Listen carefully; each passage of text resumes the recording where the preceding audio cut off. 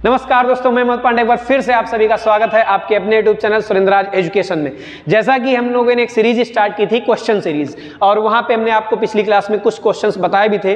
और जिन लोगों ने वो क्लास नहीं देखी है वो लोग नीचे डिस्क्रिप्शन बॉक्स में लिंक दिया गया है, वहां से वो आप वीडियो देख सकते हैं। जो बचे हुए क्वेश्चंस थे वो मैं आज डिस्कस करने वाला हूं, और जो कुछ क्वेश्चंस आपके सुपर टेट से भी लिए गए हैं, जो सुपर टेट के एग्जाम्स में पिछली बार पूछे गए थे। ठीक है, तो चलिए आज दूसरी क्लास है और हम शुरू करते हैं। आज का पहला क्वेश्चन दिख रहा होगा स्क्रीन पे। चलिए भाई, पहला क्वेश्चन है यहाँ पे, और पहला क्वेश्चन क्या कह रहा है, देखिए स्क्रीन पे दिख रहा होगा आपको क्वेश्चन। और पहला क्वेश्चन कह रहा है कि which of the following sentences is correct, यानी कि 4 सेंटेंस लिखे गए हैं जिसमें से आपको करेक्ट बताना है। अब 4 सेंटेंस लिखे गए जिसमें से आपको करेक्ट बताना है। ए सेंटेंस लिखा है, बी लिखा है, सी लिखा है, और क्या लिखा है भाई, और डी सेंटेंस लिखा है। तो ए वाले सेंटेंस में क्या दिया है, ही इज एन यूरोपियन, बताया था ना फंसेगा। देखो आ गया सेंटेंस। पिछली बार जो आपको बताया गया था क्वेश्चन, वहां पे एक वर्ड आया था क्या, यूरोपियन। और यूरोपियन से पहले हमने बताया था क्या लगाओगे, ए लगाओगे कि एन लगाओगे। तो हमने बताया था आर्टिकल किसके अनुसार लगते हैं, नहीं देखा है देख ले जाके वो वीडियो। आर्टिकल किसके अनुसार लगते हैं, साउंड के अनुसार। और जैसे तुम इसको पढ़ोगे यूरोपियन, या से यग, तो यहाँ पे क्या आर्टिकल हो जाएगा, तो यहाँ पे लग जाएगा कॉन्सोनेंट साउंड है। कैसा साउंड, कॉन्सोनेंट साउंड। और कॉन्सोनेंट साउंड से पहले क्या लगाते हैं, एन नहीं लगाएंगे, क्या लगाएंगे, आ यूरोपियन। और क्वेश्चन में भैया क्या दिया है, क्वेश्चन में दिया एन यूरोपियन, यानी कि अगर आ यूरोपियन होना चाहिए तो पहला क्वेश्चन गलत है। ठीक है, ये क्वेश्चन सुपर डेट में पूछा गया है। दूसरा क्वेश्चन दिख रहा है आपको, दूसरा है एन 1 रुपी नोट। दूसरे में क्या लिखा है भाई, मैं पूरा क्वेश्चन नहीं लिख रहा हूं, पूरा क्वेश्चन लिखने की जरूरत ही नहीं है। ठीक है, हाँ, पूरा क्वेश्चन नहीं देखना है। अब यहाँ पे देखो क्या लिखा है, फिर एन यहाँ पे लिखा है 1 रुपी नोट। अब ये यहाँ पे भी देखो आर्टिकल की प्रॉब्लम, यहाँ पे क्या साउंड, लेटर पे नहीं जाना, बताया गया पिछले वीडियो में, लेटर के अनुसार नहीं साउंड के अनुसार आर्टिकल लगेंगे। तो यहाँ पे 1, अब 1 पढ़ा आपने, यानी कि वाह का साउंड। और वाह क्या होता है, कॉन्सोनेंट। कॉन्सोनेंट से पहले एन नहीं लगता, जबकि क्वेश्चन में क्या लगा हुआ है, एन लगा हुआ है, यानी कि यहाँ पे एन नहीं लगना चाहिए था। तो ये भी क्वेश्चन गलत पूछा आपसे, सही गया है। तीसरा क्वेश्चन है I donated an unit of blood, यानी कि देखो यहां पर भी आ गया क्या, एन यूनिट। इसमें जितने भी क्वेश्चन दिए सब आर्टिकल किससे संबंधित है, आर्टिकल से संबंधित है। अब यहाँ पे एन यूनिट, फिर वहीं पे साउंड की बात, या का साउंड, किसका साउंड, या का, लेटर से मतलब नहीं साउंड से मतलब, या का साउंड। और या का साउंड है तो या क्या है यहाँ पे भाई, कॉन्सोनेंट साउंड। और कॉन्सोनेंट से पहले क्या लगना चाहिए, एन लगना चाहिए, क्या लगना चाहिए, सॉरी ए लगना चाहिए, यानी कि यहाँ पे एन लगा, ये भी ऑप्शन गलत। समझ गए बात को। अगला देखो, अब जाहिर सी बात है 3 गलत हो गए, अगला जो आएगा वो क्या होगा, वो सही होगा। अब यहाँ पे देखो अगले क्वेश्चन में दिखा है N FIR was lodged against him।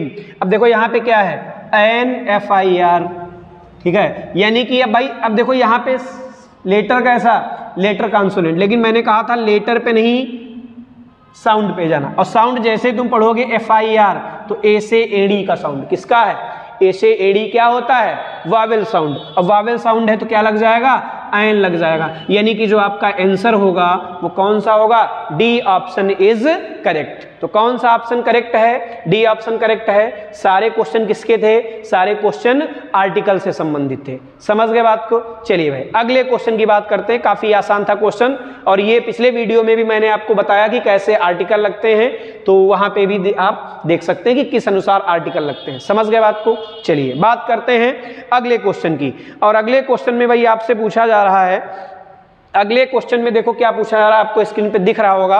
और अगले क्वेश्चन में पूछा जा रहा है कि on the top of the hill lives a hermit. Super TET का क्वेश्चन, किसका, सुपर डेट का पूछा गया क्वेश्चन। और यहाँ पे आपको बताया गया है find out the subject in the following sentence. एक सेंटेंस दिया है जिसमें आपको सब्जेक्ट फाइंड आउट करना है। क्या फाइंड करना है भैया, सब्जेक्ट फाइंड करना है। तो देखो यहाँ पे क्या होगा, सब्जेक्ट। और सब्जेक्ट हमने आपको बताया था निकालना, देखो 2 चीजें, एक बार मैं फिर बता दे रहा हूं आपको, सब्जेक्ट और ऑब्जेक्ट निकालना। तो यहाँ पे सब्जेक्ट और ऑब्जेक्ट निकालना मैं आपको एक बार फिर बता दे रहा हूं दोबारा, जिससे आपको दिक्कत ना हो कभी। तो सब्जेक्ट याद रखना भैया, हु और व्हाट, यानी कि हु और व्हाट का दुनिया में कोई भी शब्द मीनिंग दे, यानी कि जो वर्ड हु और व्हाट का रिप्लाई देगा, जो वर्ड किसका रिप्लाई देगा, हु और व्हाट का रिप्लाई देगा क्या कहलाएगा? सब्जेक्ट कहलाएगा। और जो हु से सब्जेक्ट आएगा वो कैसा होगा? जो सजीव सब्जेक्ट होगा। व्हाट से कैसा सब्जेक्ट निकलेगा? व्हाट से निकल के आएगा निर्जीव सब्जेक्ट। तो सब्जेक्ट पहचानने का यही तरीका, जो शब्द हु और व्हाट का रिप्लाई दे सब्जेक्ट, और जो शब्द किसका रिप्लाई दे? भाई जो शब्द रिप्लाई दे हुम का या फिर व्हाट का, तो जो शब्द हुम और व्हाट का रिप्लाई दे ये क्या करेगा? ये व्हाट का रिप्लाई देगा, और ये हु और व्हाट का देगा, ये हुम और व्हाट का देगा। तो जो हुम और व्हाट का रिप्लाई दे हमेशा ऑब्जेक्ट होता है, जो हु और व्हाट का रिप्लाई दे हमेशा क्या होता है? सब्जेक्ट होता है। समझ गए बात को? स्क्रीनशॉट ले लो, दोबारा कभी मत भूलना कि सब्जेक्ट ऑब्जेक्ट कैसे पहचानते हैं। ठीक है, अब मैं यहाँ पे, अब आप बताइए, यहाँ पे एक सेंटेंस दिया है और आपसे पूछा ये गया है कि यहाँ पे कौन सा सब्जेक्ट है। ठीक है, तो यहाँ पे इसको लिख लेंगे स्क्रीनशॉट लेके नोट्स में, और अब बताइए यहाँ पे सेंटेंस में क्या दिया गया है, आपके सेंटेंस में क्या सब्जेक्ट है। चलिए भाई, सेंटेंस आपको दिख रहा है और सब्जेक्ट क्या आपसे पूछा गया, देखो सेंटेंस में on the top of the hill. चलिए हम यहाँ पे एक सेंटेंस लिख देते हैं, on the top of the hill, on the top of the hill, top of the hill lives a hermit, lives a hermit, lives a hermit. अब तुम्हें देखना है यहाँ पे क्या, तुम्हें बताना है सब्जेक्ट, और सब्जेक्ट यानी कि हु या व्हाट। भाई व्हाट का मतलब क्या होता है? क्या, देखो इसमें ऐसा कौन, अब ऑप्शन देखोगे, पहला ऑप्शन है द हिल, तो द हिल क्या है यहाँ पे? भाई द हिल किसका, आप द हिल किसका रिप्लाई है? क्या व्हाट का रिप्लाई है? क्या, अगर यहाँ पे सेंटेंस का मीनिंग देखिए तो मीनिंग ये है कि एक साधु पहाड़ी पे, on the top of the हिल, एक साधु पहाड़ी की चोटी पर रहता था, यानी कि पहाड़ी की चोटी पर एक साधु रहता था। तो ऑन ऑफ द हिल अगर ये देखें तो ये कहाँ का मीनिंग है? किसका मीनिंग है? कहाँ का, यानी कि ना तो ये हु का मीनिंग है, ए ऑप्शन क्या है, ना तो ये हु का मीनिंग है, ना तो ये व्हाट का मीनिंग है, गलत हो जाएगा ऑप्शन। समझ गए बात को? दूसरा देखो ऑप्शन क्या है, दूसरा है आ हर्मिट, दूसरे ऑप्शन में क्या दिया है? दूसरा है आ हर्मिट। भाई अब ये आ हर्मिट किसका रिप्लाई है? आ हर्मिट रिप्लाई है किसका? हु का। कौन रहता था? Who lives on the top of the hill, तो आप क्या कहोगे?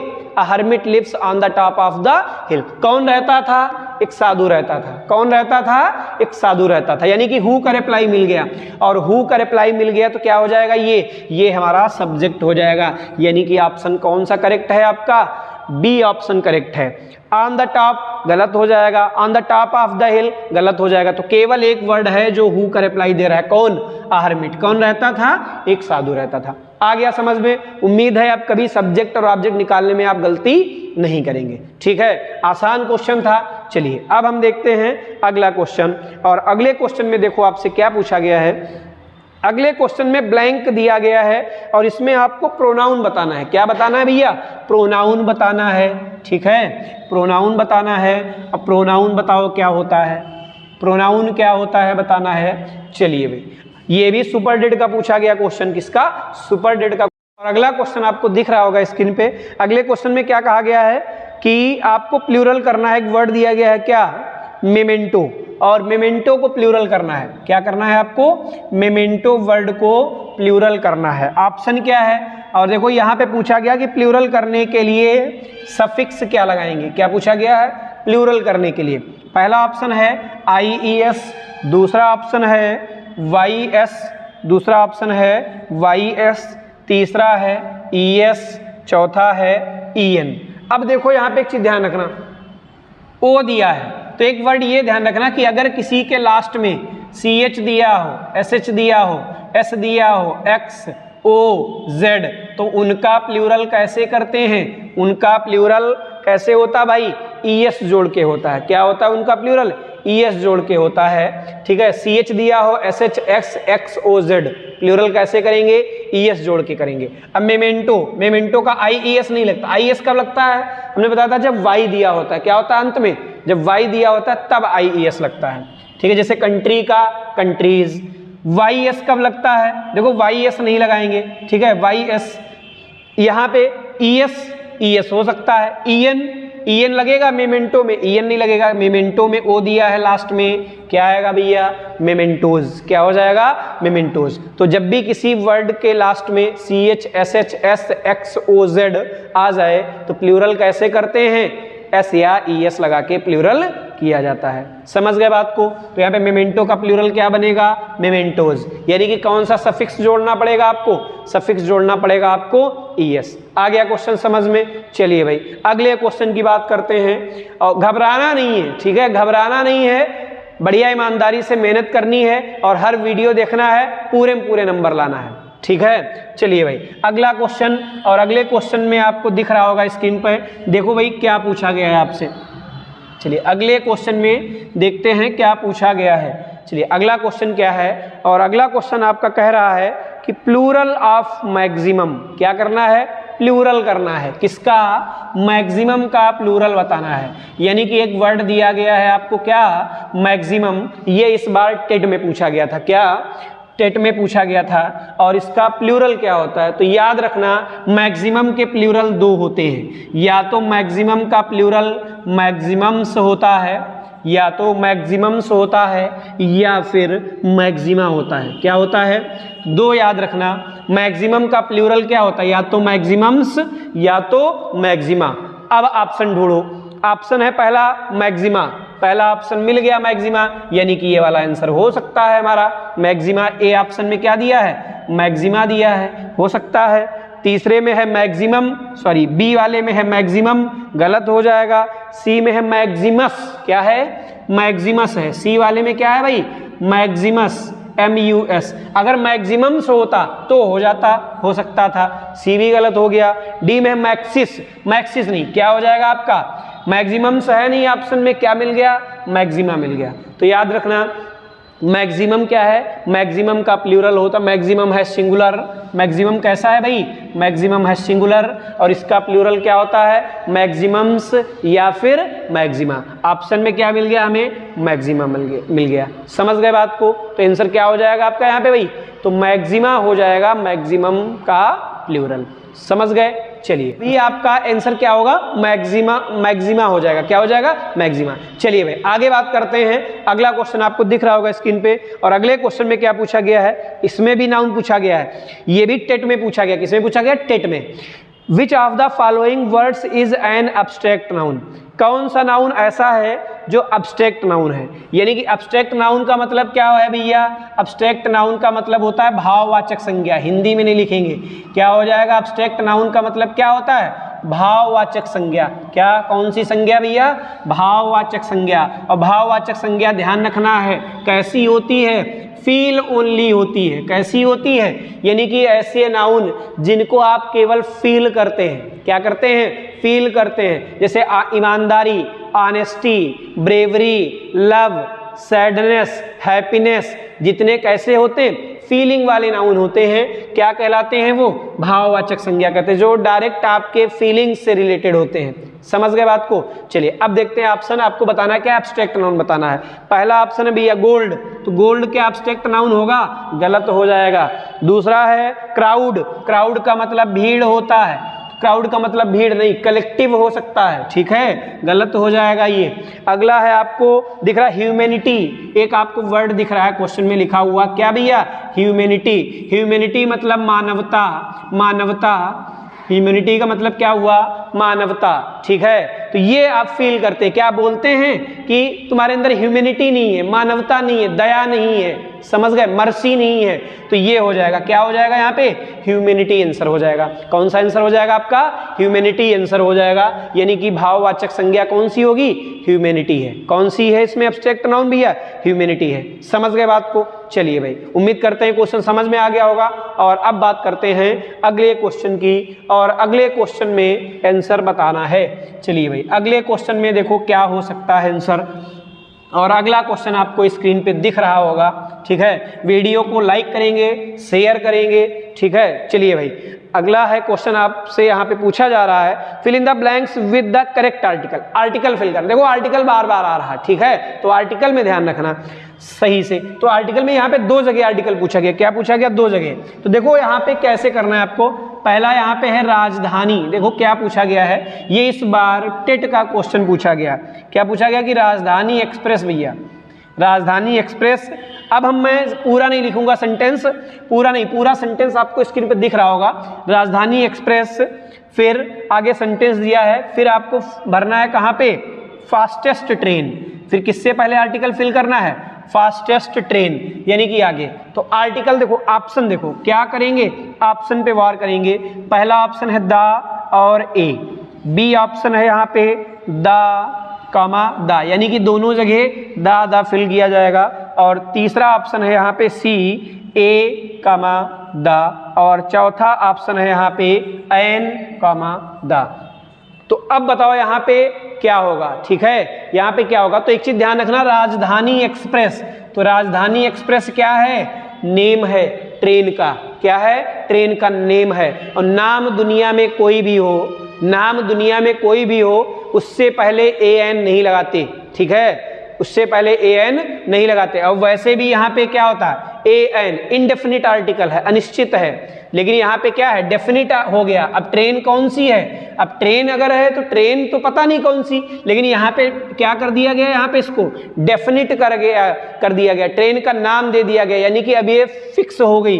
अब फिक्स हो गई तो क्या लगा देंगे, यहाँ पे दा लगाएंगे, क्या लगाएंगे, दा लगाएंगे, यानी कि पहले वाले में आंसर क्या होगा आपका, दा। अब वो ऑप्शन देखो जिसमें पहले में दा लगा है, इन दो में लगा है, यानी कि ये दोनों आपके क्या हो जाएंगे, ऑप्शन गलत हो जाएंगे। समझ गए बात को। चलिए भाई, अब इन दोनों में से क्या होगा, अब यहाँ पे कौन सा आएगा। तो आपको एक यहाँ पे वर्ड दिख रहा है क्या, फास्टेस्ट। अब फास्टेस्ट क्या है भैया, फास्टेस्ट है सुपरलेटिव डिग्री। क्या है फास्टेस्ट, फास्टेस्ट है सुपरलेटिव डिग्री। कौन सी डिग्री है, फास्टेस्ट है सुपरलेटिव डिग्री। जैसे गुड, बेटर, बेस्ट, वैसे फास्ट, फास्टर, फास्टेस्ट। तो सुपरलेटिव डिग्री को कहीं पे भी दी हो, सुपरलेटिव डिग्री याद रखना, सुपरलेटिव डिग्री से पहले हमेशा आर्टिकल दा का यूज किया जाता है।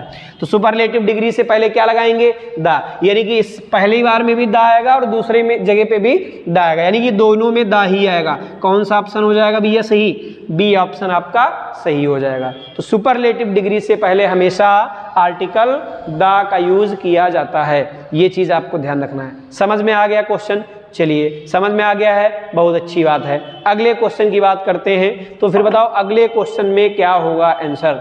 और अगले क्वेश्चन में देखो आपको से क्या पूछा गया है, अगले क्वेश्चन में क्या पूछा गया है, और अगला क्वेश्चन आपको दिख रहा होगा स्क्रीन पे। देखो अगले क्वेश्चन में भाई क्या आपसे पूछा जा रहा है, अगले क्वेश्चन में आपसे पूछा ये जा रहा है कि हाँ, यहाँ पे fill in the blank with correct conjunction. क्या है, करेक्ट कंजंक्शन फिल करना है। क्या फिल करना है आपको, ये इस बार टेट में क्वेश्चन पूछा गया। किस में पूछा गया भैया, टेट में पूछा गया था।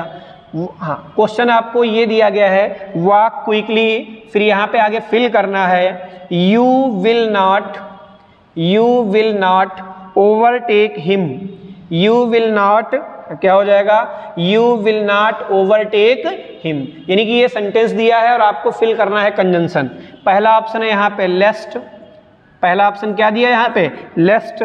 दूसरा ऑप्शन यहाँ पे दिया है आपको नॉर, और तीसरा ऑप्शन यहाँ पे आपको दिया है एंड, तीसरा ऑप्शन दिया है एंड, और चौथा ऑप्शन आपको दिया है यहाँ पे एल्स। क्या दिया है, एल्स। तो भैया अब बताओ यहाँ पे क्या होगा। तो देखो लेस्ट का मतलब क्या होता है, लेस्ट का मतलब होता है कहीं ऐसा ना हो। लेस्ट का मतलब क्या होता है, कहीं ऐसा ना हो। पढ़ो अच्छा, क्या कह रहा कि वॉक क्विकली, जल्दी चलो, कहीं ऐसा ना हो तुम उसे ओवरटेक कर दो, गलत। तो लेस्ट क्या है, लेस्ट का मतलब होता है कहीं ऐसा ना हो, और ये एक निगेटिव वर्ड है। कैसा वर्ड है भाई, ये एक निगेटिव वर्ड है। और ध्यान रखना, दो निगेटिव वर्ड कभी एक साथ नहीं आते। अगर तुम लगा दोगे लेस्ट तो ये भी निगेटिव हो जाएगा और आगे भी नॉट दिया है तो गलत हो जाएंगे। दो निगेटिव वर्ड एक साथ नहीं आते, तो यहाँ पे क्या हो जाएगा आपका, ए ऑप्शन गलत हो जाएगा। देखो नॉर भी क्या है भैया, नॉर भी है। नॉर भी का मतलब क्या है, ना तो, ठीक है। तो नॉर भी क्या, नॉर भी निगेटिव, तो क्या कह दोगे, जल्दी भाई, वॉक क्विकली, जल्दी चलो, ना तो तुम उसे ओवरटेक कर पाओगे, मीनिंग ही नहीं बन रहा, गलत हो जाएगा ये भी। एंड पढ़ के देखो अच्छा, एंड क्या होगा, जल्दी चलो और उसे ओवरटेक नहीं कर पाओगे, तो एंड। एल्स का मतलब क्या होता है, एल्स का मतलब सबको पता है, अन्यथा। एल्स का मतलब क्या होता है? अन्यथा या फिर अदरवाइज, अन्यथा या फिर अदरवाइज। अब क्या, अगर इसको हम देखते हैं तो यहाँ पे इसको रखेंगे तो क्या हो जाएगा भाई, जल्दी चलो अन्यथा तुम उसको ओवरटेक नहीं कर पाओगे। हाँ ये बात सही है, ये बात कुछ समझ में आई कि भैया किसी से कहा जा रहा कि जल्दी चलो नहीं तो ओवरटेक नहीं कर पाओगे किसी व्यक्ति को। हाँ एंड लगा दोगे तो क्या हो जाएगा कि जल्दी चलो और ओवरटेक मत करो, गलत हो जाएगा। या तो ये होता कि जल्दी चलो और ओवरटेक करो तो सही हो जाता, यानी कि एंड गलत हो जाएगा। क्या हो जाएगा यहाँ पे? चौथा ऑप्शन आपका करेक्ट हो जाएगा कि भाई जल्दी चलो नहीं तो या फिर अन्यथा उसको ओवरटेक नहीं कर पाओगे अगर तुम ये काम नहीं करोगे। समझ में आ गया? चलिए भाई, तो क्या हो जाएगा यहाँ पे आपका आंसर? यहाँ पे आंसर हो जाएगा आपका एल्स आ जाएगा। क्या आ जाएगा? एल्स आ जाएगा। चलिए इसी सिलसिले में बात करते हैं अगले क्वेश्चन की। और अगले क्वेश्चन में देखो आपसे क्या पूछा जाता है। अगले क्वेश्चन में आपसे, अगला क्वेश्चन है आपका, इसमें भी आपको फिल करना है। क्या फिल करना है इसमें? और इसमें भी देखो दे रखा है इन्होंने कि आर्टिकल फिल करना है। क्या फिल करना है भैया? यहाँ पे आर्टिकल फिल करना है। तो चलिए भाई, अब यहाँ पे देखो आर्टिकल क्या फिल होगा। देखो क्वेश्चन क्या दिया गया है। क्वेश्चन आपका दिया गया है कि गंगा इज, क्या है यहाँ पे? गंगा से पहले आर्टिकल लगाना है। गंगा इज, फिर space sacred river, sacred river. तो पहले तो इसकी मीनिंग समझ लो, सेक्रेड का मतलब पवित्र होता है। क्या होता है भैया? पवित्र होता है। ऑप्शन देखो क्या है। पहला ऑप्शन है यहाँ पे ए कॉमा द, दूसरा ऑप्शन है द कॉमा द, तीसरा ऑप्शन है यहाँ पे द कॉमा ए, और फिर अगला है ए कॉमा एन। क्या होगा? A comma an. ये आपके 4 ऑप्शन दिए गए हैं, तो कौन सा ऑप्शन सही होगा? तो पहली बात याद रखना, गंगा फिक्स है। क्या है ये? डेफिनिट रिवर है। कैसी है? डेफिनिट रिवर है। तो डेफिनिट रिवर है, नाम है, तो नाम है यानी कि ये श्योर कंफर्म हो गया। तो क्या लगाएंगे आर्टिकल? गंगा से पहले दा लगाएंगे। निश्चित है नदी, क्या लगाएंगे? डेफिनिट है, दा लगाएंगे। कितने ऑप्शन में दा है? तो ये कट जाएगा, ये कट जाएगा, यानी कि पहले नंबर में क्या होगा? दा आएगा। तो दा इसमें भी है, दा इसमें भी है। अब बात आती है यहाँ पे दूसरे में क्या लगाएंगे? दूसरे में दा लगाएंगे या ए लगाएंगे? देखो अगर इसको देखोगे तो क्या हो जाएगा कि गंगा एक पवित्र नदी है। क्या? कि गंगा एक पवित्र नदी है, तो गंगा से पहले आ जाएगा। अब देखो पवित्र नदी, तो पवित्र नदी क्या? नदियां तो बहुत सारी हैं, कई सारी नदियां ऐसी हैं जो पवित्र मानी जाती हैं, ठीक है। लेकिन यहाँ पे बात किसकी की जा रही है? गंगा की, तो गंगा हो गया डेफिनिट। कई सारी नदियों में एक की बात की जा रही है। भाई कहने का मतलब क्या है कि गंगा एक पवित्र नदी है। पवित्र नदियां तो बहुत सारी हैं, जिसमें बात किसकी की गई? गंगा की। यानी कि यहाँ पे पवित्र नदियां कई हैं, यानी कि यहाँ पे इंडेफिनिट है। क्या है? इंडेफिनिट है। तो यहाँ पे क्या लगा देंगे? तो यहाँ पे लगा देंगे आप ए लगा देंगे। क्या लगा देंगे? ए लगा देंगे, यानी कि आंसर हमारा कौन सा हो जाएगा? सी वाला हो जाएगा। The Ganga is a sacred river. Ganga एक पवित्र नदी है। तो पवित्र नदियां कई हैं, इंडेफिनिट है, इसलिए यहाँ पे ए लगेगा। और गंगा फिक्स है, डेफिनिट है, तो क्या लग जाएगा? दा लग जाएगा। तो क्या हो जाएगा हमारा भैया क्वेश्चन? बी ऑप्शन आपका आंसर हो जाएगा। सॉरी, बी ऑप्शन नहीं, यहाँ पे सी ऑप्शन आंसर हो जाएगा। क्या? द और a, the Ganga is a sacred river. उम्मीद है आ गया होगा समझ में। देखो आर्टिकल घूम घूम के आ रहे हैं क्वेश्चन, ये इस बार टेड में पूछा गया था, तो आर्टिकल में आपको बिल्कुल भी कंफ्यूज नहीं होना है। चलिए अब हम बात करते हैं अगले क्वेश्चन की। और अगले क्वेश्चन में देखो भैया क्या पूछा गया है आपसे। और अगले क्वेश्चन में आपसे पूछा गया है क्या? प्रीपोजिशन पूछा गया है। क्या पूछा गया है? प्रीपोजिशन पूछा गया है। तो प्रीपोजिशन में देखो आपको क्या बताना है कि एक वर्ड दिया है, उसके लिए साथ प्रीपोजिशन फिल करना है। तो इसको मैं क्वेश्चन नहीं लिखूंगा, एक वर्ड याद रखना है आपको। एक वर्ड आपको क्वेश्चन में क्या दिख रहा है? कांग्रेचुलेट। क्या दिख रहा है वर्ड आपको? एक कांग्रेचुलेट दिख रहा है। कांग्रेचुलेट एक वर्ड दिख रहा है। तो एक याद रखना, हमेशा हमेशा याद रखना कि अगर कांग्रेचुलेट पूछ दिया जाए और इसके साथ प्रीपोजिशन लगाने के लिए पूछा जाए तो हमेशा क्या आता है? कांग्रेचुलेट के साथ हमेशा आन आता है। फिक्स है यहाँ पे। क्या होगा? कांग्रेचुलेट के साथ प्रीपोजिशन हमेशा क्या आएगा? आन आएगा। क्या आएगा? आन आएगा। तो याद कर लो। तो यहाँ पे आंसर क्या हो जाएगा आपका? यहाँ पे आंसर हो जाएगा आन, यानी कि सी ऑप्शन यहाँ पे हमारा आंसर हो जाएगा। तो कांग्रेचुलेट के साथ या कांग्रेचुलेशन के साथ, जितने भी वर्ड कांग्रेचुलेशन से बनेंगे उनके साथ में किस प्रेपोजिशन का यूज होगा? ऑन का यूज होगा। फिक्स है, किस प्रेपोजिशन का यूज होगा? ऑन का यूज होगा। समझ गए बात के? चलिए भाई, तो ये फिक्स है, कांग्रेचुलेट के साथ क्या आएगा? ऑन का यूज होगा। चलिए अगला क्वेश्चन बताएं, और अगला क्वेश्चन आपको दिख रहा होगा स्क्रीन पे, इसमें बताइए क्या होगा भैया। हाँ, तो अगले क्वेश्चन में बताएंगे कि यहाँ पे आंसर क्या हो सकता है। ये अच्छा क्वेश्चन है, क्या है? ये अच्छा क्वेश्चन है। देखो यहाँ पे इसमें आपको बताना है कि which of the following alternative is grammatically correct, यानी कि 4 सेंटेंस दिए गए हैं जिसमें आपसे ये पूछा गया कि कौन सा सेंटेंस करेक्ट है। तो पहला सेंटेंस देखो क्या है, पहला सेंटेंस है ब्रेड एंड मिल्क। पहला सेंटेंस क्या है भैया? पहला सेंटेंस है bread and milk are wholesome food, are wholesome food. ये पहला क्वेश्चन, पहला ऑप्शन है bread and milk are wholesome food. Wholesome का मतलब स्वादिष्ट होता है, ठीक है। दूसरा यहाँ पे ऑप्शन है आपका सेम एज है, सेम है, यहाँ पे क्या दिया है? Bread and milk, bread and milk is a wholesome food. क्या है? अब मैं यहाँ पे पूरा नहीं लिखूंगा, ठीक है, आपको ऑप्शन दिख रहा होगा बी कि bread and milk is a wholesome food. और तीसरा यहाँ पे आपका ऑप्शन है bread and milk are a wholesome food, यानी कि यहाँ पे दिया गया है bread and milk, bread and milk are a wholesome food, ये दिया गया है आपका ऑप्शन। और लास्ट ऑप्शन आपको दिया गया है, चौथा ऑप्शन आपका क्या कह रहा है? देखो चौथे ऑप्शन में दिया है ब्रेड एंड मिल्क, ऐसे लिख देते हैं ब्रेड एंड मिल्क, और आगे दिया है विल बी, क्या होगा? Will be wholesome food. अब देखो यहाँ पे आपको बताना है आंसर क्या होगा। तो एक चीज ध्यान रखना कि जब भी दो नाउन एंड से जुड़े होते हैं, क्या होते हैं? दो नाउन एंड से जुड़े होते हैं तो क्या होते हैं? वे प्लूरल होते हैं। तो जब भी दो नाउन एंड से जुड़े होते हैं वो प्लूरल के होते हैं। अब देखो यहाँ पे दो नाउन है, एक तो ब्रेड और एक मिल्क, एक ब्रेड एक मिल्क, सब में आपको दो नाउन जुड़ रहे हैं। अगर देखोगे तो ब्रेड एंड मिल्क अलग अलग चीजें हैं।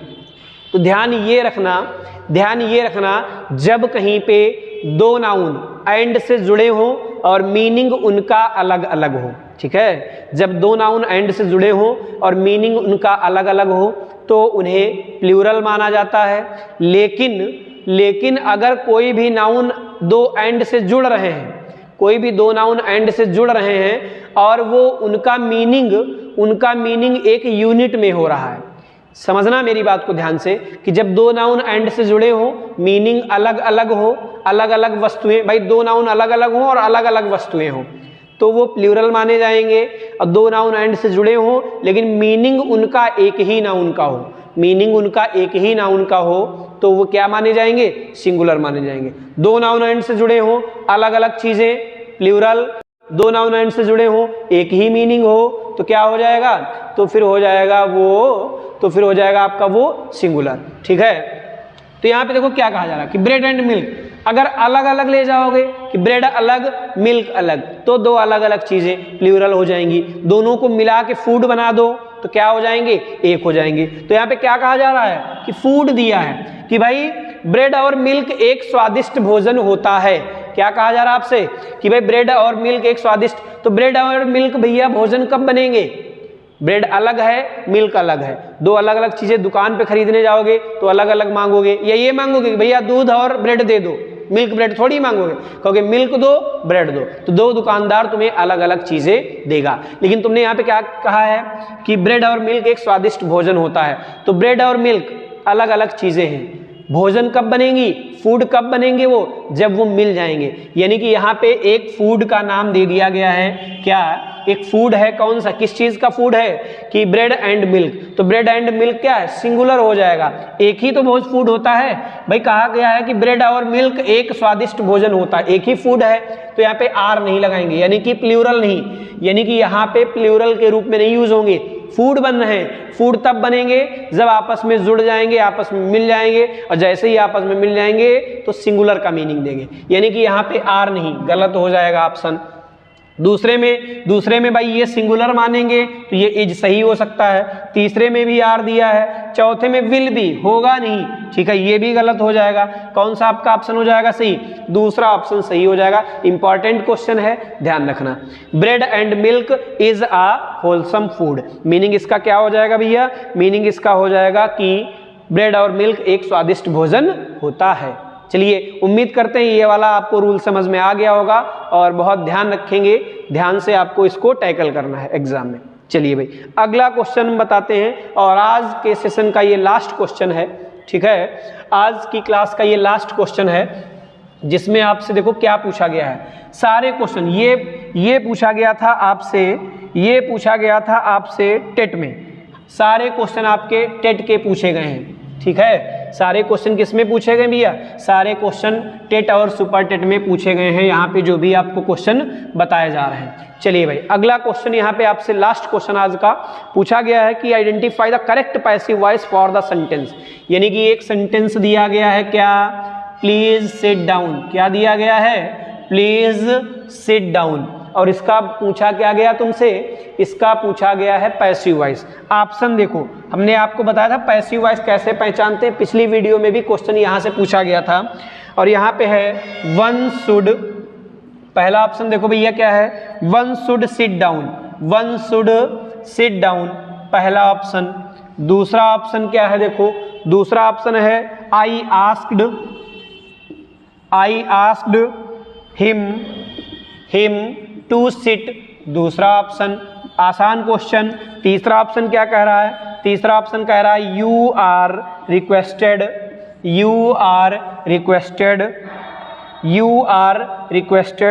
To sit down, you are requested to sit down. और यहाँ पे चौथा ऑप्शन है आपका सिट डाउन। चौथा ऑप्शन क्या है भैया? चौथा ऑप्शन है सिट डाउन। यानी कि यहाँ पे आपको ध्यान क्या रखना है, हमने बताया था पैसिव वॉइस में हमेशा वर्ब की थर्ड फॉर्म आती है। क्या आती है? पैसिव वॉइस में हमेशा वर्ब की थर्ड फॉर्म आती है किसी न किसी हेल्पिंग वर्ब के साथ में। तो यहाँ पे आपको वर्ब क्या दिख रही है? सिट। और याद रखना सिट की थर्ड फॉर्म क्या होती है? सिट, सेट, सिट, यानी कि सिट की थर्ड फॉर्म भी क्या होगी? सिट ही होगी। लेकिन यहाँ पे देखो क्या है, यहाँ पे आपको दिया गया शुड। क्या दिख रहा है यहाँ पे? शुड। और शुड क्या होता है? शुड होता है, शुड के बाद मॉडल वर्ब क्या होती है? Modal verb. और शुड के बाद में वर्ब की हमेशा कौन सी फॉर्म आती है? वर्ब की फर्स्ट फॉर्म आती है। यानी कि यहाँ पे जो शुड यूज हुआ है वो वर्ब की फर्स्ट फॉर्म के रूप में यूज हुआ है। और मॉडल वर्ब का पैसिव वॉइस कैसे बनता है? मॉडल वर्ब का पैसिव वॉइस बनता है तो मॉडल वर्ब के बाद में क्या लगा होता है? बी लगा होता है। और उसके बाद में क्या दी रहती है? वर्ब की थर्ड फॉर्म। तो मॉडल वर्ब का पैसिव वॉइस कैसे बनता है? मॉडल वर्ब लिखी होगी, बी लिखा होगा, उसके बाद में थर्ड फॉर्म दी होगी, यानी कि यहाँ पे बी नहीं लिखा है, ठीक है, तो ये गलत हो जाएगा ऑप्शन आपका। अगला देखो, अगर यहाँ पे देखोगे आई आस्क्ड दिख रहा, क्या दिख रहा? I asked. तो या तो आज सेकंड फॉर्म हो सकती है या थर्ड फॉर्म हो सकती है, लेकिन थर्ड फॉर्म होगी तो कोई न कोई हेल्पिंग वर्ब आनी चाहिए थी। क्या हेल्पिंग वर्ब दी है? नहीं दी है। हेल्पिंग वर्ब नहीं दी है यानी कि ये पैसिव में सेंटेंस नहीं हो सकता। अगला देखो यहाँ पे, अब अगला यहाँ पे क्या है? You are. अब देखो आपको क्या, यहाँ पे वर्ब की थर्ड फॉर्म, रिक्वेस्ट क्या है? वर्ब की थर्ड फॉर्म। और इज एम आर के साथ में जब एक्टिव वॉइस बनाओगे तो आईएनजी फॉर्म आती है, पैसिव वॉइस बनाओगे तो थर्ड फॉर्म आती है, यानी कि ये वाला हमारा आंसर हो सकता है। और सिट डाउन, क्या इसमें कोई हेल्पिंग वर्ब है? नहीं, हेल्पिंग वर्ब सब गायब है। और यहाँ पे दिया भी क्या गया आपको? प्लीज। और प्लीज का मतलब क्या है? आप रिक्वेस्ट करेंगे, यानी कि आंसर हमारा कौन सा हो जाएगा? सी ऑप्शन हमारा आंसर हो जाएगा। तीसरा ऑप्शन हमारा आंसर हो जाएगा कि you are requested to sit down. समझ गए बात को? तो ये आज की क्लास का, आज के सेशन का ये अंतिम क्वेश्चन था और उम्मीद है आपको क्वेश्चन समझ में आए होंगे। जितने भी कॉन्सेप्ट आपको जो पॉइंट बताए गए वो भी आपको समझ में आए होंगे। और अगर कोई डाउट है तो आप कमेंट सेक्शन में आप पूछ सकते हैं, अगले वीडियो में आपके डाउट को वहाँ पे क्लियर कर दिया जाएगा। चलिए मिलते हैं बहुत ही जल्द नेक्स्ट क्लास में। तब तक पढ़ते रहिए, मेहनत करते रहिए। एग्ज़ाम निकालना है तो मेहनत करनी पड़ेगी। और अगर वीडियो अच्छा लगा हो तो लाइक करें, शेयर करें दोस्तों के बीच में, जिससे कि सबका भला हो सके। अकेले नहीं, सबका भला करो भाई। जो भी आपके फ्रेंड्स हैं, जो भी जानने वाले हैं और TET, super TET, C TET की तैयारी कर रहे हैं, तो उनमें भी आप ये वीडियो शेयर करें, लाइक करें। और मिलते हैं बहुत ही जल्द नेक्स्ट वीडियो में। तब तक के लिए धन्यवाद। Thanks for watching.